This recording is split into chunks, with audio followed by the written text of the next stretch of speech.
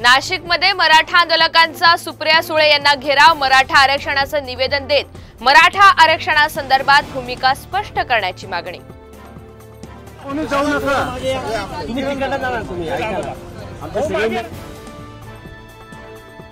रायगडमध्ये महायुतीत धुसफूस। आमदार महेंद्र थोरवे यांच्याकडून अजित पवार गट विश्वासघातकी असल्याचा आरोप। थोरवे यांचा अप्रत्यक्षरित्या तटकरेंना इशारा।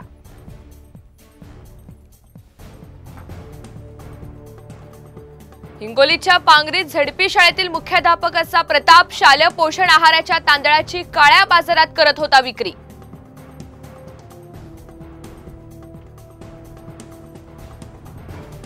पालघरच्या वाढवण बंदराला स्थानिकांचा विरोध। पाहणीसाठी गेलेल्या महसूल विभागाच्या कर्मचाऱ्यांसोबत स्थानिकांचा वाद।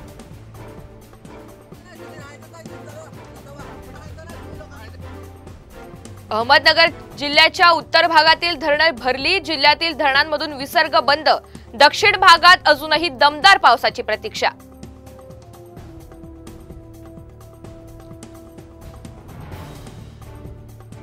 मालवणच्या सर्जेकोट समुद्रात मासेमारी बोट बुडाली। बोट छोट्या खडकावर आदळल्यानं 3 मच्छीमारांचा मृत्यू।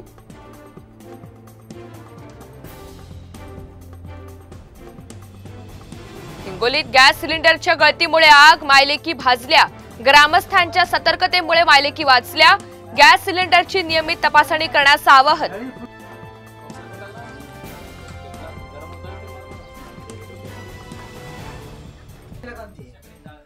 नाशिकमध्ये निर्यातक्षम डाळिंबाला 211 रुपये किलोचा दर। मलेशिया आणि श्रीलंकेत डाळिंबाला चांगली मागणी।